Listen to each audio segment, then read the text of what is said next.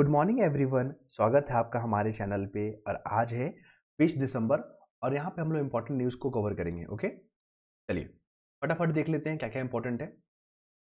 अभी आपने देखा होगा, अ, अभी जो किसान जो है हमारे, जो पंजाब के किसान हैं, उन्होंने स्ट्राइक किया हुआ है, आंदोलन कर रहे हैं। कई लोग तो भूख हड़ताल भी कर रहे हैं। ठीक है, तो भूख हड़ताल जो कर रहे हैं ना, भूख हड़ताल, वहां पर आप देखोगे जगजीत सिंह डल्लेवाल, इनका नाम याद रखिएगा, जगजीत सिंह, जगजीत सिंह। ठीक है, ये जो है ना भूख हड़ताल पे 24 दिनों से ये अपने अनशन पे बैठे हुए हैं। ठीक, ये मामला चला गया सुप्रीम कोर्ट में। सुप्रीम कोर्ट ने कहा कि इनकी तबीयत जो खराब हुई है, तो सरकार से पूछा जब इनकी तबीयत खराब हो रही थी तो आप लोग कहाँ थे? जब को आपको पता है ये भूख हड़ताल पे है तो इनको आपको आपको मेडिकल सुविधा देना चाहिए। आप लोग अभी तक दिए क्यों नहीं है? तो सरकार के पक्ष वाले जो एडवोकेट जनरल है वो बोल रहे हैं कि इनको मेडिकल सुविधा दिया गया था, लेकिन इन्होंने इन्होंने लेने से मना कर दिया। तो फिर कोर्ट ने कहा कि तो फिर वैकल्पिक व्यवस्था अपनाइए ना, आप ऐसे कैसे कर सकते हैं? ठीक है, तो कुल मिलाकर कहानी ये है। एक नाम याद रखिएगा, एक ये इनका नाम, एक है इरोम इरोम शर्मिला। ये नाम जो है ना बहुत दिन के बाद चर्चा में आ गया है। इरोम शर्मिला वही है। आप देखें ना, नॉर्थ ईस्ट में जो अफसफा कानून लागू है उसको हटाने के लिए भी इरोमा शर्मिला जो है ना 10 लाख से, मतलब 10 साल से भूख हड़ताल पे थी। तो इरोमा शर्मिला यहाँ पे न्यूज में आ गया है, चर्चा में आ गया है। पूछेगा कि चर्चा में रही इरोमा शर्मिला कौन है? ठीक है, तो अफसफा कानून को हटाने के लिए ना ये न्यूज में आई थी। ठीक है, और ये भूख हड़ताल की थी 10 साल तक। तो इनको मेडिकल फैसिलिटी दिया गया था, तभी ना 10 साल तक सर्वाइव कर पाए। तो आप इनको भी दीजिए। ठीक है, चलिए ये तो कहानी समझ में आ गया हम लोग को। अब सुप्रीम कोर्ट को लेकर क्वेश्चन क्या पूछता है? सुप्रीम कोर्ट आप देख रहे हैं ना, सुप्रीम कोर्ट को लेकर अभी बिहार के एग्जाम में देख लीजिए, यूपी पीसीएस का देख लीजिए, वहां पर सुप्रीम कोर्ट को लेकर यह पूछता है कि सुप्रीम कोर्ट का जो हमारे संविधान है उसमें कितना आर्टिकल है। आर्टिकल 124 में ना आपको मिलेगा सुप्रीम कोर्ट के बारे में पहला फैक्ट। हमारा जो कॉन्स्टिट्यूशन है, कॉन्स्टिट्यूशन, उसकी व्याख्या करने का पावर किसको दिया गया? सुप्रीम कोर्ट को। ठीक है, हालांकि हाईकोर्ट भी करती है, लेकिन अल्टीमेट पावर सुप्रीम कोर्ट को। हमको जो फंडामेंटल राइट मिला है, जिसको हम लोग यूएसए से हायर किए हैं, ये भी क्वेश्चन पूछ लेता है, तो उसको प्रोटेक्ट करने का पावर किसको है? सुप्रीम कोर्ट को। किस आर्टिकल के तहत? 32 के तहत। और इसी आर्टिकल 32 को बाबा साहेब अम्बेडकर ने कहा था आत्मा। ठीक है, आत्मा कहा था। ये हो गया। और सुप्रीम कोर्ट को लेकर यही पे है। कॉलेजियम सिस्टम के बारे में भी हम लोग बात किए थे कल। ठीक है, कॉलेजियम जो सिस्टम है ना तो कॉन्स्टिट्यूशनल बॉडी है, ना तो इसको एक्ट के माध्यम से बनाया गया था। तो बना कैसे? फिर इसको सुप्रीम कोर्ट ने एक निर्णय के आधार पर बनाया था, और ये बीपीएससी एग्जाम में खूब पूछा है। ठीक है, कॉलेजियम सिस्टम के जो अध्यक्ष होते हैं, जो वर्तमान में सीजीआई होंगे ना, चीफ जस्टिस ऑफ इंडिया, वही इसके प्रमुख होंगे। क्लियर है? तो यहाँ तक तमाम फैक्ट को आप याद रखिएगा, यही सब क्वेश्चन घुमा फिरा के एग्जाम में देखने को मिलेगा। नेक्स्ट मूव करें हम लोग यहाँ पे। तो देखिए अभी जो रुपया है हमारा, जो रुपया है वो 85 मतलब 85 रुपए के आसपास हो गया कुल मिलाकर। मतलब $1 आपको खरीदना है ना, तो आपको 85 रुपीज पे करना होगा। और सबसे, तो इसका मतलब क्या हो गया? हमारा रुपया कमजोर हो गया। इसका मतलब क्या हो गया? रुपया कमजोर हो गया। सपोज कीजिए $1 के लिए पहले हम 80 रुपए देते थे, अब हमको एक ही डॉलर के लिए 85 रुपए दे रहे हैं, तो हमारा रुपया कमजोर हो गया ना। यूपीएससी में क्वेश्चन कैसे पूछता है? बोलता है कि रुपया अगर कमजोर हो जाएगा, ठीक है, तो अर्थव्यवस्था पे क्या प्रभाव होंगे? तो एक्सपोर्ट जो है ना सस्ता हो जाएगा। जो एक्सपोर्ट कर रहे हैं ना हम लोग, वो क्या हो जाएगा? सस्ता हो जाएगा या बढ़ जाएगा। ठीक है, और इंपोर्ट महंगा हो जाएगा। ठीक, इंपोर्ट महंगा हो जाएगा। जब हमारा एक्सपोर्ट बढ़ेगा ना तो हमारा फॉरेन एक्सचेंज रिजर्व भी बढ़ेगा। ठीक है, ये भी क्वेश्चन पूछ लेता है कि इकोनॉमी में इसका क्या इफेक्ट देखने को मिलता है, तो ध्यान रखिएगा। ओके, नेक्स्ट मूव करते हैं। ये आर्टिकल आप अपने ऐसे पेपर में, आंसर में, राइटिंग में, जहां भी मन करे ना वहां पर यूज कीजिए इसको। ठीक है, मैं उस व्यक्ति को ज्यादा सुरवीर मानता, सुरवीर मतलब पावरफुल, जो अपने दुश्मनों पर नहीं बल्कि अपने इच्छाओं पे विजय प्राप्त कर लेता है। आप भी स्टूडेंट है, हम भी स्टूडेंट है, तो हम लोग के लिए जो कोटेशन काफी महत्वपूर्ण हो जाता है अपने जीवन में उतारने के लिए। क्यों? क्योंकि हमें अपने इच्छाओं को यहाँ पे कंट्रोल करना होता है। ठीक है, क्योंकि स्वयं पर ही विजय सबसे बड़ा कठिन है। अगर हम अपने मन पे कंट्रोल नहीं कर पाएंगे ना, तो हमारा मन जो ऐसा चीज करवाने के लिए आदेश देता है कि आप सोच भी नहीं सकते हैं। ठीक है, तो इसलिए मन पे कंट्रोल करना बहुत बहुत जरूरी है। तो ये अरस्तु के द्वारा बोला गया था। कोटेशन को यूज कीजिएगा एथिकल पेपर में। फिर आइए यहाँ पे, एडिटोरियल पेज है यहाँ पे, यहाँ से क्वेश्चन आपको मेंस में पूछेगा। देखिए मैंने यहाँ पे लिख दिया है, मेंस में क्या क्वेश्चन पूछेगा आपसे। पहला, जब आप मेंस दे रहे होंगे तो अगर स्टार्टअप को टॉपिक उठाया, क्वेश्चन पूछा, तो सबसे पहले पूछेगा कि सरकार ने, सरकार है, गवर्नमेंट है, स्टार्टअप को बढ़ावा देने के लिए, ठीक है, स्टार्टअप को बढ़ावा देने के लिए क्या क्या उपाय किया है या क्या क्या योजना चला रखा है। ठीक है, इसके बारे में बात करेगा। दूसरा क्वेश्चन मेंस में ये पूछ लेगा कि स्टार्टअप के क्षेत्र में क्या चैलेंजेस है, क्या चैलेंजेस है, ये पूछ लेगा। थर्ड में क्या पूछ सकता है कि स्टार्टअप जो है ना, क्यों बढ़ रहा है? आप देखोगे ना, स्टार्टअप बहुत सारे जो यहाँ पे उभर के आ रहे हैं लेकिन सर्वाइव नहीं कर पाते हैं क्या, ठीक है, मतलब बंद क्यों हो जा रहे हैं? कोई कोई स्टार्टअप तो पता चला 1 साल तक भी सर्वाइव नहीं कर पाते हैं, वो लोग बंद हो जाते हैं। तो इसके पीछे क्या कारण मानते हैं? तो ये सब मेंस के टॉपिक है, मेंस में इसी तरह का क्वेश्चन पूछा जाता है। आइए एक एक करके देख लेते हैं। मान लीजिए पूछेगा कि स्टार्टअप को बढ़ावा देने के लिए सरकार ने क्या प्रयास किया है, तो कुछ नहीं कीजिएगा, सिंपल सा यहाँ पे फ्लो चार्ट बनाइएगा, यहाँ पे लिखिएगा प्रयास, सरकार के द्वारा प्रयास शॉर्ट फॉर्म में, और 3 से 4 पॉइंट के बारे में बात कर दिए। यहाँ पे 2016 में सरकार ने स्टार्टअप इंडिया यहाँ पे शुरुआत किया था, स्टार्टअप इंडिया, ठीक है। दूसरा क्या लिखिएगा, स्किल इंडिया सरकार ने चला रखा है। सूक्ष्म वित्त योजना महिलाओं के द्वारा महिलाओं के लिए चलाया जा रहा है। फिर एक सीड फंड योजना भी चलाया जा रहा है, सीड फंड, ठीक है। तो इसी के बारे में आपको फ्लो चार्ट बना के 2-3 पॉइंट यहाँ पे एलोबरेट कर देना है, आपका आंसर कंप्लीट हो जाएगा।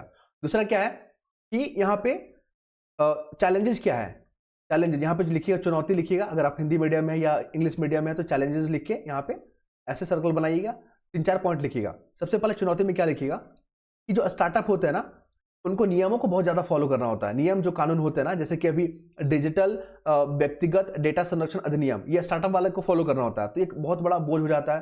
फिर फंड की कमी होती है, यहाँ पे फंड नहीं मिल पाता है। और फिर यहाँ पे जो स्नातक, जो तकनीकी स्नातक, जो पेशेवर होते हैं, जो टेक्निकल फील्ड से जुड़े हुए जो हमारे पास ग्रेजुएट लोग हैं, वो लोग पैसे के या बेहतर करियर के लिए वो लोग विदेश चले जाते हैं ना, तो भी उनको रोक पाना एक बहुत बड़ा चैलेंजेस है, ठीक है। ये आप लिखोगे चैलेंजेस में। साथ ही आप क्या लिखोगे, यहाँ पे वित्त पोषण नहीं मिल पाता है, इनको लोन लेने में बहुत दिक्कतों का सामना करना पड़ता है, ये हो गया। अब एक स्टार्टअप बंद क्यों हो जा रहे हैं? बंद होने के पीछे कारण यही है, यहाँ पे लिखिएगा बंद, और 2-3 पॉइंट के बारे में यहाँ पे एलोबरेट कर दीजिएगा। मैं यहाँ पे देखिए इस आर्टिकल को यहाँ पर पढ़िएगा तो ये चीज मिल जाएगा आपको, और ये पीडीएफ में अपने टेलीग्राम चैनल पे शेयर कर देता हूँ। तो यहाँ पे बंद होने के पीछे कारण क्या है कि इनको मार्केटिंग अच्छे से नहीं मिल पा रहा, ना तो इनको मार्केटिंग मिल पा रहा अच्छे से, ठीक है, और जो प्रोडक्ट होता है, जो डिमांड होता है प्रोडक्ट, वो बना नहीं पा रहे हैं लोग अच्छे से, ठीक है। और नकदी की कमी, जो कैश की कमी हो जाता है, इनको नगद नहीं मिल पाता है। फिर यहाँ पे आप बात करोगे, खराब तकनीक इनके पास हो जाता है, खराब तकनीक के कारण ये भी सर्वाइव नहीं कर पाते, और अन्य कारण हो जाते हैं, ठीक है। तो आपको ध्यान रखना है। चलिए अब हम लोग बात करते हैं, ये हमारे आरएसएस के प्रमुख, आरएसएस प्रमुख है, ये भी क्वेश्चन पूछा गया है, ठीक है। बिहार में 1925 में ये संस्था बना था, और मोहन भागवत ने मंदिर मस्जिद के नए विवादों पर जताया था चिंता। देखिए आरएसएस जो है ना, जब भारत छोड़ो जो क्विट इंडिया मूवमेंट हुआ था ना, उसमें ये अपने आप को अलग रखे थे, ये संस्था, ठीक है। ये भी फैक्ट याद रखिएगा, स्टेटमेंट बना के क्वेश्चन पूछा है यूपीएससी में। मोहन भागवत जो आरएसएस के प्रमुख हैं, इन्होंने कहा कि अभी आप मंदिर मस्जिद का जो मुद्दा देख रहे हैं ना, नया जगह पे मंदिर मस्जिद का मुद्दा उठ जा रहा है, तो इन्होंने कहा कि इस तरह के मुद्दे उठाने से कोई फायदा नहीं होने वाला है। अगर आप सोच रहे हैं कि इस तरह के मुद्दे उठाने से हम हिंदुओं के नेता बन जाएंगे, तो ये स्वीकार नहीं है। हाँ, इन्होंने कहा कि राम मंदिर का जो मुद्दा था, इसलिए वहां पे बनाना पड़ा मंदिर उसको, क्योंकि हिंदुओं के धर्म से, आस्था से जुड़ा हुआ था, क्लियर है। लेकिन आप हर जगह आप मंदिर मस्जिद कर रहे हैं, तो ये स्वीकार नहीं है, ये इनका कहना है, ठीक है। अब बात हो रहा है यहाँ पे कि रामकृष्ण के बारे में, रामकृष्ण जो मिशन है ना, उनके बारे में बात हो रहा है कि रामकृष्ण मिशन जो हिंदू संस्था है, इन्होंने जो है क्रिसमस को सेलिब्रेट करते हैं, ठीक है। ये जो सौहार्द है, ये जो सद्भावना है, ये हिंदू धर्म में ही देखने को मिलेगा, और हम चाहते हैं कि ये जो सद्भावना है ये विश्व को परोसा जाए। तो कैसे परोसा जाएगा? उसके लिए हमें क्या करना होगा, अपने आप को यहाँ पे क्या करना होगा, सौहार्द जो है बनाना होगा, अपने आप को सिर्फ दिखाना नहीं होगा, बनाना होगा। हमें सभी धर्मों का यहाँ पे सम्मान करना होगा। इन्होंने कहा कि हमारा जो समाज है ना, बहुलतावाद है, और यही हमारी शक्ति है, यही हमारी क्या है, आधार है, और हम इसको लेकर आगे बढ़ना चाहेंगे, और हम अपने विश्व को ये चीज देना चाहेंगे, ठीक है। यहाँ तक तो अच्छा लगा।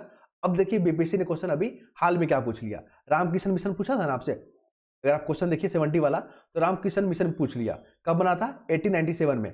इसके संस्थापक कौन है, तो स्वामी विवेकानंद। ये क्वेश्चन यहाँ पर देखने को मिलेगा, क्लियर है।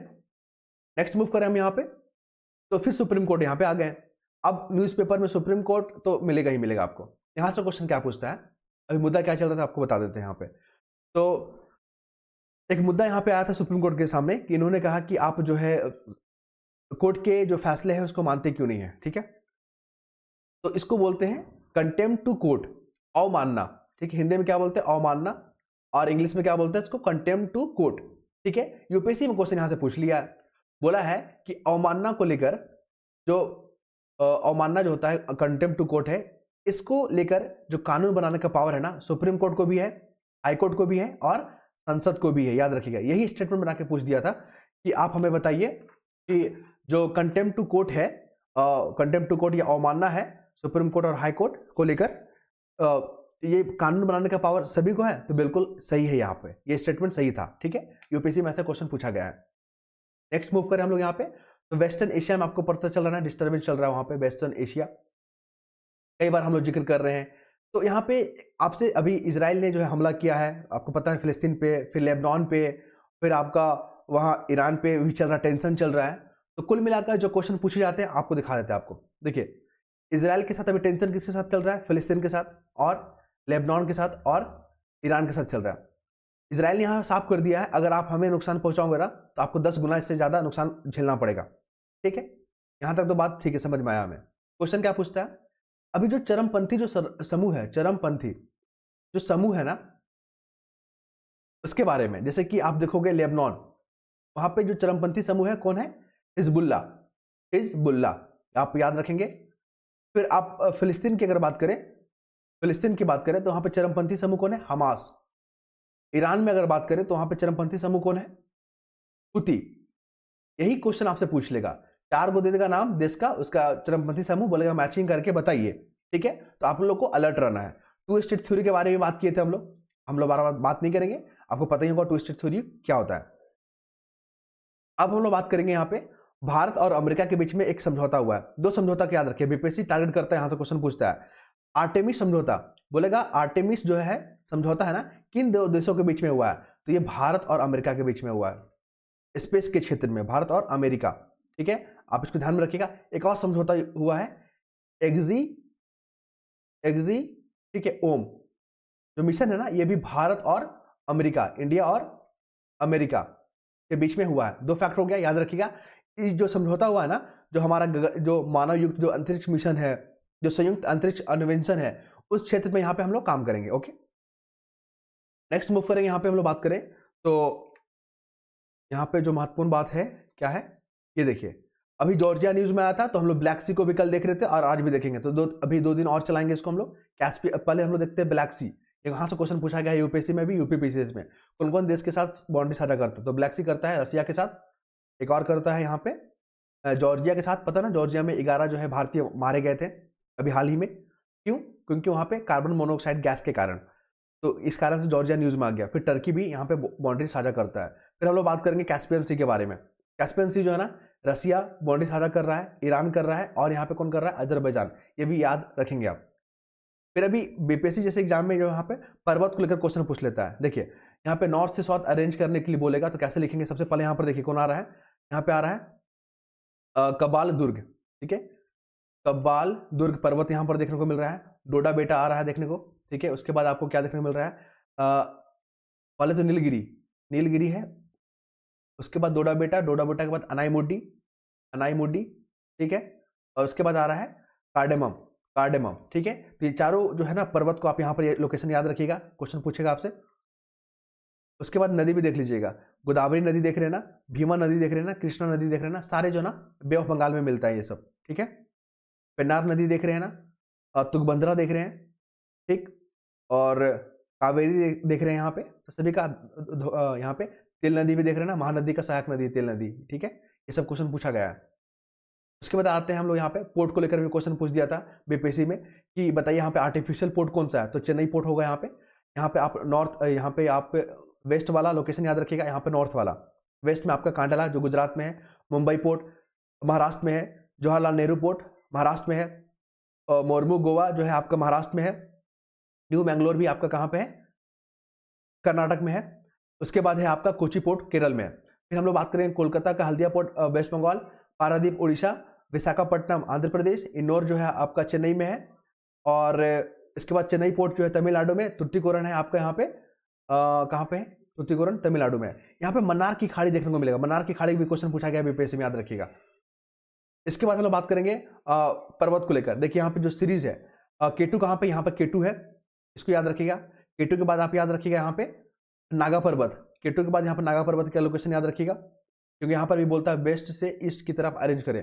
तो केटू नागा पर्वत यहाँ पर देख रहे हैं ना आपको। फिर यहाँ पर आप नंदा देवी देख रहे हैं, कंचनजंगा देख रहे हैं, फिर यहाँ पे मिहिर हिल्स देख रहे हैं, फिर गारो खासी जयंतिया देख रहे हैं, इसका लोकेशन याद रखिएगा। फिर ग्रेट इंडियन डेजर्ट भी याद रखिएगा, यहाँ पे ये क्वेश्चन पूछ रहा है बार बार। ट्रॉपिक ऑफ कैंसर को याद रखिएगा, 8 राज्यों से पास करता है। सबसे ज़्यादा जो है मध्य प्रदेश में जो है सबसे ज़्यादा ये लाइन पास करता है। फिर यहाँ पे अरावली रेंज याद रखिएगा, फिर अरावली के बाद यहाँ पे सतपुरा रेंज याद रखिएगा, सतमाला हिल्स याद रखिएगा। ऐसे ही नॉर्थ से साउथ अरेंज करने के लिए देगा। क्लियर है? नेक्स्ट मूव पर यहाँ पे, तो ये जो है आपका इक्वेटर से पास करने वाला कंट्री है। सोमालिया याद रखिए, युगांडा, रिपब्लिक ऑफ कॉन्गो, फिर यहाँ पे गैबोन, केनिया। इसके बाद आप देख रहे हैं अभी शर्मिला करके जो भी नाम बताए थे, भी डिस्कस किए थे, जो 10 साल से भूख हड़ताल पे है। ठीक है, वहाँ पे अफसफा कानून जो लागू है ना नॉर्थ ईस्ट में, वहाँ पे हटाने की मांग कर रही थी। तो ये था तमाम फैक्ट जो हमने डिस्कस किया। आई होप आप लोगों को पसंद आया होगा। तो अगर पीडीएफ पर आप करना चाहते हैं, निःशुल्क मिलता है आपको, बस आपको टेलीग्राम लिंक जो कमेंट बॉक्स में मिलेगा, क्लिक कीजिएगा, ज्वाइनिंग का हमारे पास रिक्वेस्ट आएगा, हम उसको एक्सेप्ट करेंगे। ठीक है, तो नेक्स्ट वीडियो में मिलते हैं। धन्यवाद।